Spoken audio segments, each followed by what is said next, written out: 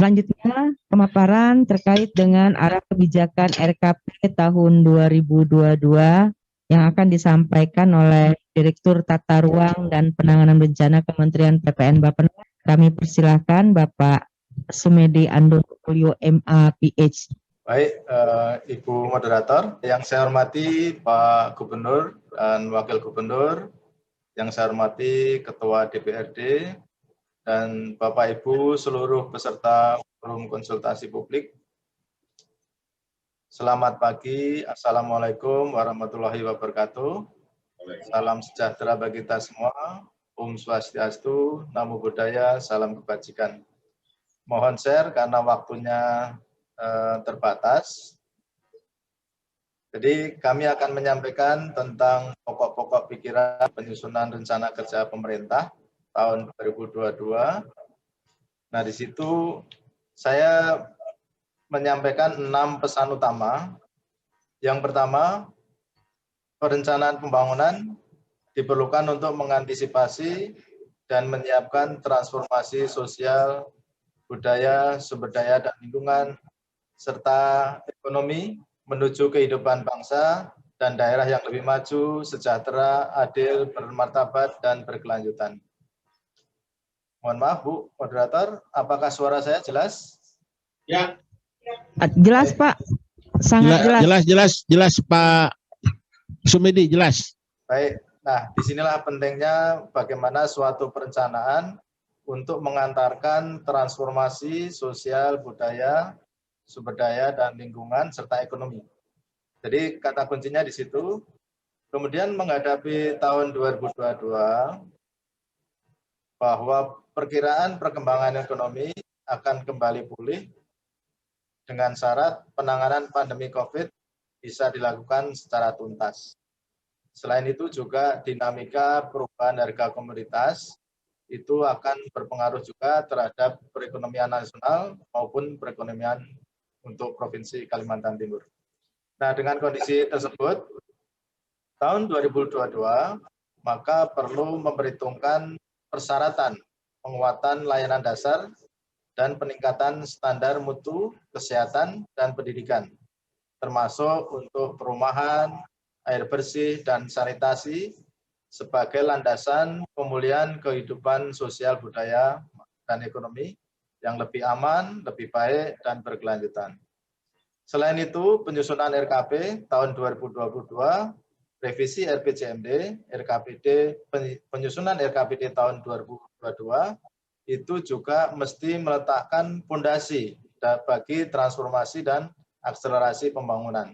Nah, di sini bagaimana di dalam RPJMD itu mesti mempertegas percepatan pembangunan desa, kelurahan, kecamatan, kabupaten, kota, dan juga bagaimana mendorong penguatan pelaku usaha, terutama untuk UMKM, kemudian mengembangkan industri pengolahan hasil pertanian, perikanan, kehutanan, dan pertambangan, memajukan pariwisata, serta meningkatkan kerjasama investasi dan perdagangan.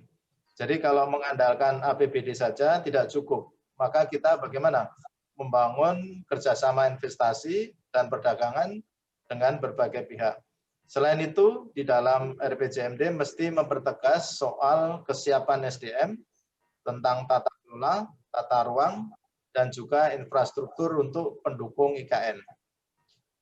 Yang kelima, optimalisasi pencapaian tujuan pembangunan nasional dan daerah, termasuk pertumbuhan ekonomi, perluasan kesempatan kerja, kesempatan berusaha, pengurangan kemiskinan dan kesenjangan, serta peningkatan IPM, tadi sudah disampaikan oleh Pak Kepala Bapeda, itu sangat ditentukan oleh kerjasama yang solid antara pemerintah pusat, pemerintah kabupaten kota, pemerintah provinsi, dan pemerintah desa.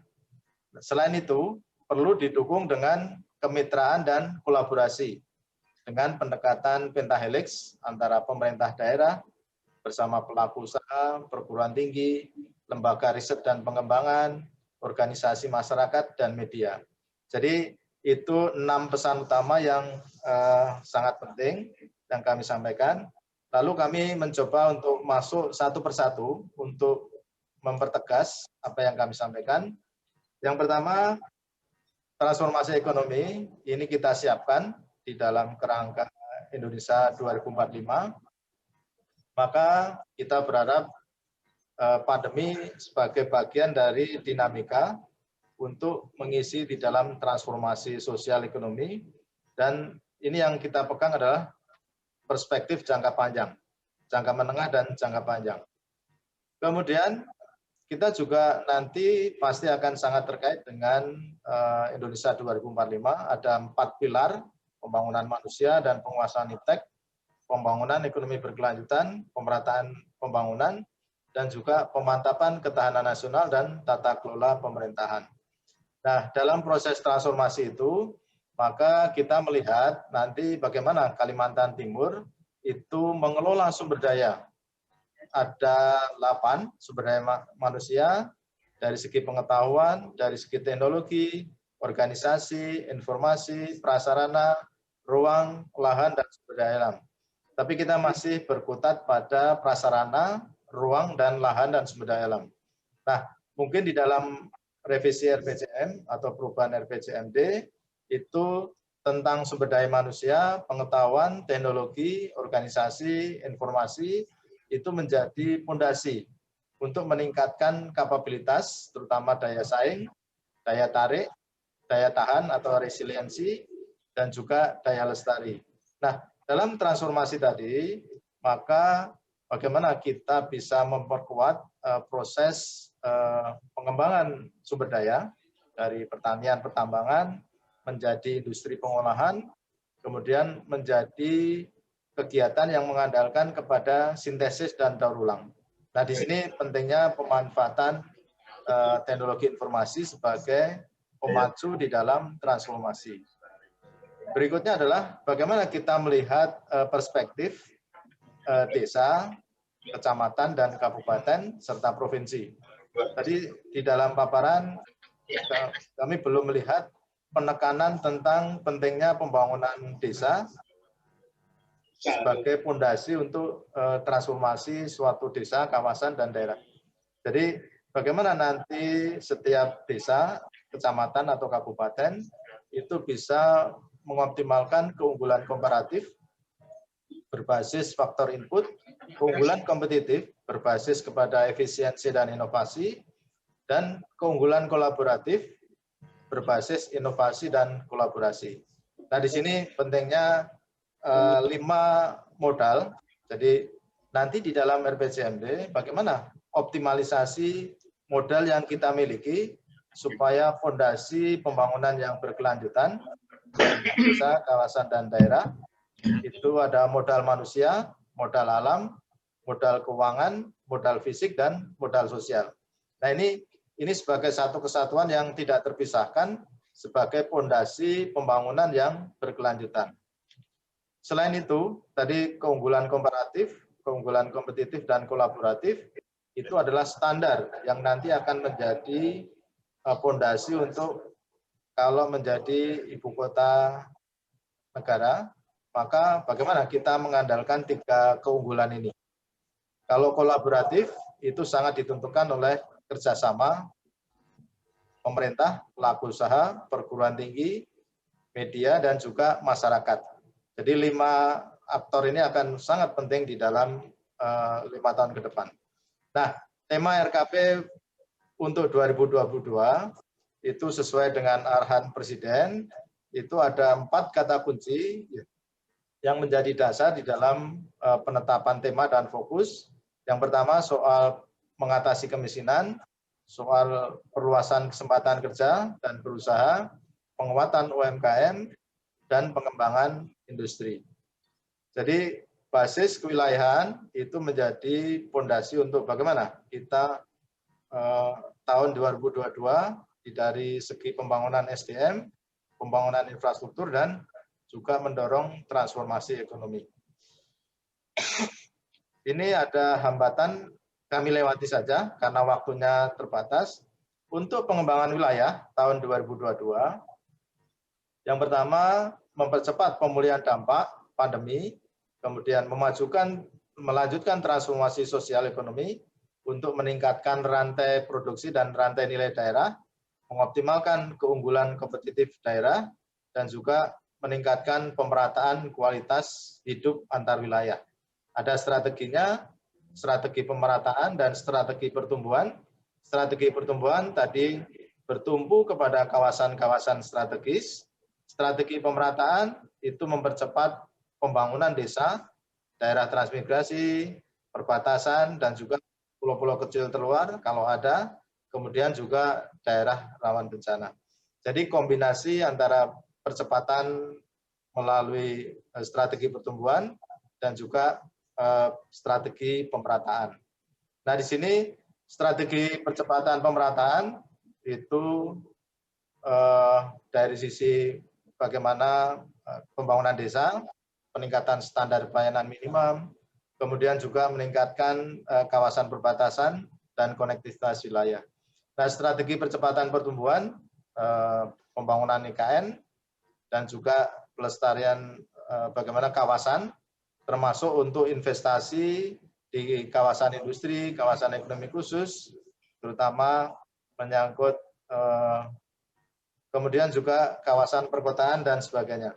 Nah, di sini ada beberapa kawasan pertumbuhan di Kalimantan, terutama untuk IKN, di Samarinda, dan di Balikpapan. Kemudian dari segi kerangka ekonomi makro tadi sudah disampaikan, ini saya lewati saja Bapak Ibu. Saya hanya memberikan penekanan kepada target untuk nanti mungkin ini akan menjadi pembahasan secara khusus menyangkut target-targetnya apakah ini terlalu optimis. Kalau disesuaikan dengan target RPJMN, maka nanti soal akselerasi pembangunan ekonomi di Kalimantan Timur itu akan didukung oleh berbagai kementerian lembaga.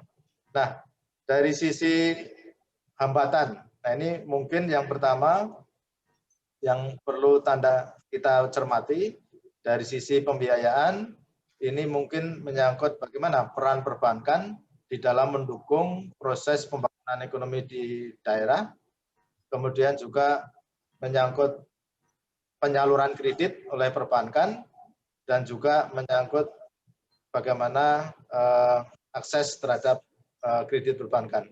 Kemudian juga dari segi perdagangan, terutama ekspor, bagaimana diversifikasi produk ekspor, kemudian juga bagaimana memperkuat sektor di luar pertambangan untuk mengatasi ketergantungan. Di sisi lain, soal infrastruktur itu menyangkut pemanfaatan jalan, kemudian kualitas jalan, dan juga masih adanya tingkat kecelakaan yang tinggi, sehingga itu membuat infrastruktur yang dibangun menjadi tidak optimal. Itu dari segi kerangka ekonomi makro dan isu strategis. Kemudian soal tahapan, kami bersama Kemendagri akan rakortek. Nanti kami dari Bappenas akan mengundang Bapak Gubernur untuk menyampaikan usulan sekaligus rapat koordinasi dengan Pak Menteri seperti tahun yang lalu untuk menyiapkan usulan tahun 2022.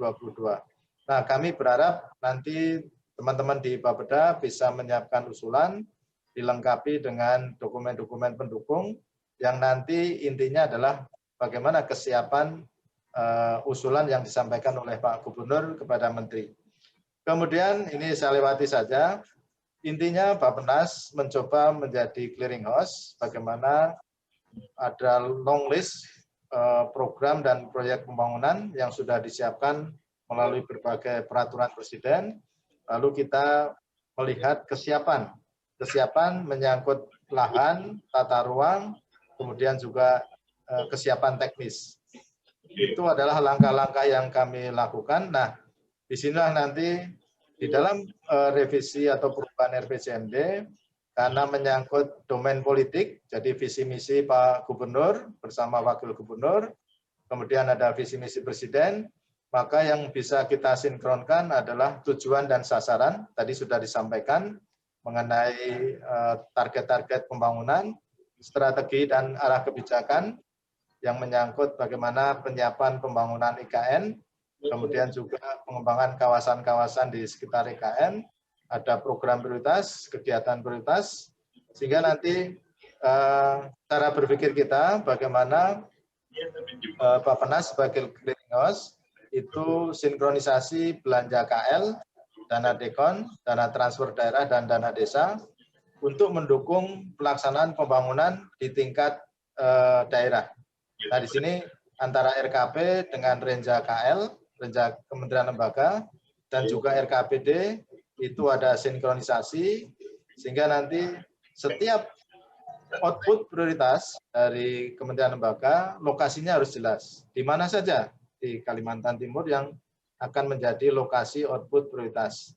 Nah, ini yang kami optimalkan bagaimana distribusi dan alokasi sumber daya supaya bisa memberikan dampak bagi kemajuan daerah, sekaligus juga mengatasi permasalahan di daerah. Nah, dalam kerangka itu kami di Kedeputian Regional itu mencoba bagaimana menggeser dari pendekatan top down menjadi bottom up, sehingga nanti output prioritas atau isu strategis dari daerah yang menjadi dasar usulan output prioritas itu akan menjadi pertimbangan utama di dalam penetapan program dan proyek prioritas dari Kementerian Lembaga. Nah, ini yang kami lakukan untuk proses readiness kriteria, perkiraan manfaat dan dampak dari segi kelayakan, kesiapan teknis, dan juga kesesuaian lahan dan RT/RW-nya. Kemudian ini simulasi bagaimana target pembangunan di tingkat nasional dengan di provinsi, misalnya Kalimantan Timur, meningkatkan pertumbuhan ekonomi menjadi sekian persen, prioritas daerah pertumbuhan ekonomi. Kemudian dari Kementerian Pertanian, misalnya soal peningkatan produktivitas perkebunan, terutama komoditas sawit melalui proses pengembangan industri. Lalu bagaimana peran dari Kementerian Koperasi, Kementerian Perindustrian, dan sebagainya. Jadi pendekatan lokasi dulu berbasis spasial, barulah nanti Kementerian Lembaga menyesuaikan. Nah, kami berharap juga di Kalimantan Timur, maka target-target pembangunan di kabupaten kota juga harus masuk di dalam RPJMD secara rinci. Misalnya pembangunan Kabupaten Kota Kartanegara. Tahun 2022 targetnya berapa persen? Lalu sektor unggulan apa saja yang ada di situ? Kemudian didukung oleh dinas PU, dinas pertanian, dinas perindustrian. Kalau sekarang ini dinas di provinsi masing-masing punya anggaran, punya kegiatan, tapi begitu masuk ke kabupaten berjalan sendiri-sendiri, sehingga tidak membentuk suatu rantai nilai. Nah, kita berharap pengembangan atau penguatan rantai nilai di daerah itu betul-betul mempertimbangkan keterkaitan produksi, pengolahan, distribusi, logistik, transportasi, dan pasar. Jadi kalau tadi ada kawasan-kawasan itu, harus jelas komoditas unggulannya apa, lalu bagaimana kesiapan pengolahan, bagaimana dukungan infrastruktur untuk distribusi, logistik, dan transportasi, sehingga nanti harus bisa dipasarkan. Nah, inilah yang menggerakkan ekonomi daerah. Apakah nanti diekspor ke luar daerah atau ke luar negeri, tapi intinya nanti akan menambah nilai tambah pendapatan, surplus, dan tabungan dari para pelaku. Apakah petani, nelayan, dan sebagainya. Nah, inilah titik kritis kita di dalam penyiapan rencana pembangunan, terutama bagaimana membangun dan memperkuat rantai nilai di daerah. Ini akan menjadi penting untuk misalnya dari sisi produksi, misalnya Dinas Pertanian dengan Kementerian Pertanian, dari sisi pengolahan, Kementerian Perindustrian dengan Dinas Perindustrian, distribusi, Kementerian Perhubungan, Dinas Perhubungan, kemudian dari sisi logistik, transportasi, berhubungan dengan perdagangan dan pasar. Nah, kalau rantai nilai ini dibangun, kami yakin Kalimantan Timur akan pulih kembali secara cepat. Hanya saja sekarang ini antar dinas itu berjalan, mohon maaf, berjalan sendiri-sendiri. Dinas Pertanian kemana, Dinas Perindustrian kemana, Dinas Perdagangan kemana. Nah, tantangannya adalah membangun rantai nilai ini. Sehingga nanti kita berharap Bappenas bersama Bapeda bisa memetakan rantai nilai setiap komoditas, hambatannya apa, bottleneck-nya, apakah di produksi atau di logistik, kemudian memahami perilaku dari masyarakat atau pelaku, dan juga nelayan, petani, bagaimana respon terhadap harga dan sebagainya. Kemudian hambatan apa saja yang diperlukan, dan output atau kegiatan apa yang harus dilakukan oleh kementerian, oleh dinas, oleh pelaku usaha, dan sebagainya. Nah, kalau ini bisa dibangun, kami yakin transformasi dan akselerasi pembangunan di Kaltim akan berjalan dengan baik dan lebih cepat. Dan juga ini akan mendorong pengembangan sirkular ekonomi. Jadi tidak lagi fokus kepada sumber daya alam, mengeruk, mengolah, dan membuang limbah, tapi bagaimana limbah itu bisa dimanfaatkan dalam keseluruhan rantai nilai tadi. Jadi sirkular ekonomi. Itu Bapak Ibu. Kemudian yang terakhir itu menyangkut bagaimana kebutuhan investasi itu harus dihitung betul. Nah, salah satu titik lemah di dalam penyusunan RPJMD itu hanya mengandalkan kapasitas investasi dari belanja modal pemerintah provinsi dan kabupaten kota. Nah, di situ berarti ada kesenjangan investasi. Kalau bahasa teori ekonomi adalah investment gap. Ada gap investasi yang harus diisi. Nah, di dalam kebijakan RPJMD maupun RKPD, terutama di dalam kebijakan pembiayaan, bagaimana kerjasama dengan swasta, bagaimana kerjasama dengan perbankan, bagaimana kerjasama dengan CSR, itu masuk ke dalam kebijakan pembiayaan pembangunan daerah. Demikian Bapak Ibu, apa yang kami sampaikan.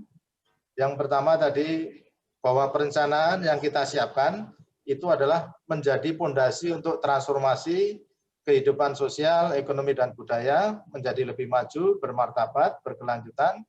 Kemudian penyusunan dokumen RPJMD, RKPD, itu juga meletakkan fondasi ke sana untuk memperkuat pelayanan dasar dan prasarana dasar, kemudian pengembangan desa, kecamatan, kabupaten, dan juga memperkuat industri pengolahan, pariwisata, dan investasi dan perdagangan. Dan tidak lupa, itu pasti membutuhkan kerjasama antara pemerintah pusat, pemerintah provinsi, kabupaten, kota, dan desa, serta dukungan dari pelaku usaha, perguruan tinggi, dan juga dari organisasi masyarakat dan media. Demikian Bapak Ibu yang bisa kami sampaikan. Terima kasih. Wassalamualaikum warahmatullahi wabarakatuh. Om Santi Santi Om. Terima kasih. Terima kasih Bapak Sumedi.